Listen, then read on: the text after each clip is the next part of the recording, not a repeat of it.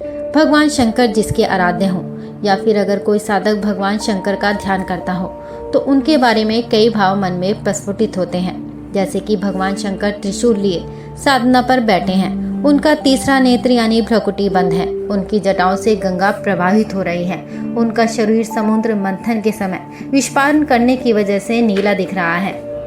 भगवान शंकर की जटाओं व इर्द गिर्द कई सांप लिपटे हुए हैं।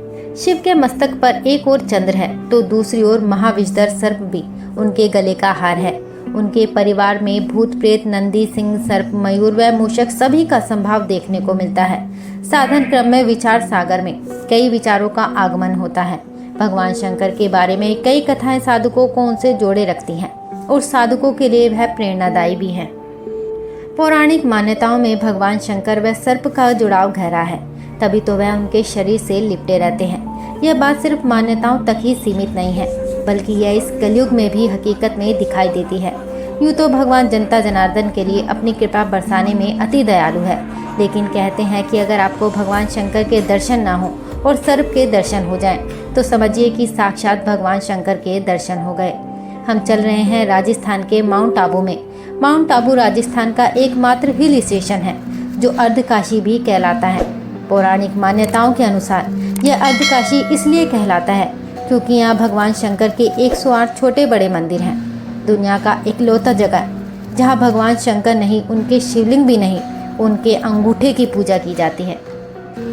माउंट आबू में ही अचलगढ़ दुनिया की इकलौती ऐसी जगह है जहाँ भगवान शिव के अंगूठे की पूजा की जाती है। भगवान शंकर के सभी मंदिरों में भगवान शिव या उनके शिवलिंग की पूजा होती है, लेकिन यहाँ अंगूठे की पूजा होती है। यहीं पर एक मंदिर है पांडव गुफा के करीब, जहाँ के बारे में कहा जाता है कि पांडवों ने अपने अज्ञातवास के समय कुछ वक्त यहाँ भी बिताया था। पिछले साल कुछ सोमवार को भगवान शंकर को दूध से नहलाने के समय भक्तों को ऐसा लगा जैसे भगवान शंकर एक विशाल नाग में परिवर्तित हो गए हों। मंदिर भोले के जयकारों से गूंज रहा था। शिवलिंग पर जल, बिल्व पत्थर, भांग, धतूरा, दूध चढ़ाए जाने का क्रम जारी था। तभी न जाने कहां से एक विशालकाय सर्प आकर शिवलिंग पर लिपट गया। इस नाग का आकार लगभग 6 फीट था। इस दौरान कई भक्तों ने डरते डरते शिवलिंग पर जल भी चढ़ाया, किंतु नागराज कई घंटों तक शिवलिंग पर लिपटे रहे। सावन का दूसरा सोमवार और जल चढ़ाने का सिलसिला जारी रहा। इस बीच नाग की अखेलियां भी चलती रही। वह कभी शिवलिंग के ऊपर बैठता तो कभी चारों तरफ बैठ जाता।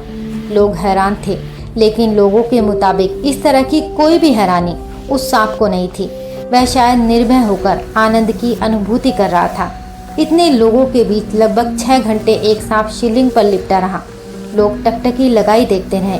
कुछ लोगों का मानना था कि भगवान सांप का रूप लेकर भक्तों को दर्शन देने भगवान शंकर आए थे। यही वजह थी कि मंदिर में भीड़ बढ़ने लगी और यह सब जगह बात फैल गई। अचानक सर्प गायब हो गया। वहां श्रद्धालुओं के चढ़ाए गए फूल फल तो दिख रहे थे, मगर सर्प कहीं नहीं था। सांप इंसानों के लिए खतरनाक होता है, लेकिन ये बात भी सच है कि सांप को हम इंसानों से उससे भी ज्यादा डर लगता है। आस्था विश्वास की परिभाषा लेकिन इन सबसे ऊपर है।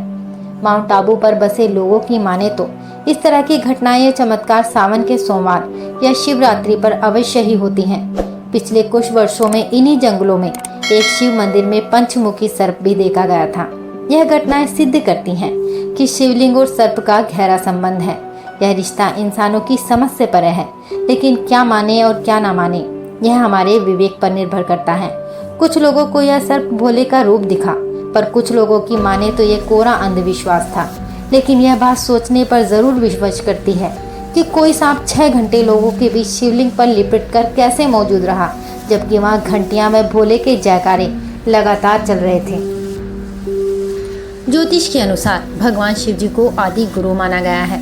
शिव ने ही अपने प्रिय भक्तों को तंत्र साधना और ईश्वर को पाने का रास्ता दिखाया है। शिव में साधना से कुंडलिनी शक्ति को नियंत्रित कर लेने की शक्ति है, जिसका प्रतीक उनके गले में लिपटा सांप माना गया है।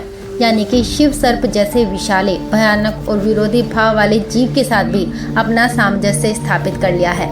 इसके अलावा शिव ने सांप को गले में लपेटकर यह भी संदेश दिया है कि दुर्जन भी अगर अच्छे काम करें तो ईश्वर उन्हें भी स्वीकार कर लेते हैं। भगवान शिव के बारे में जाने कितने ऐसे रहस्य हैं जो आज भी रहस्य ही बने हुए हैं। ऐसे ही रहस्यों की जानकारी से जुड़ा रहने के लिए चैनल को अभी सब्सक्राइब करें। वीडियो पसंद आई हो तो लाइक करना बिल्कुल ना भूलें। अब हम मिलेंगे आपको अपनी अगली वीडियो में। तब तक आप अपना ख्याल रखें। जय श्री कृष्णा।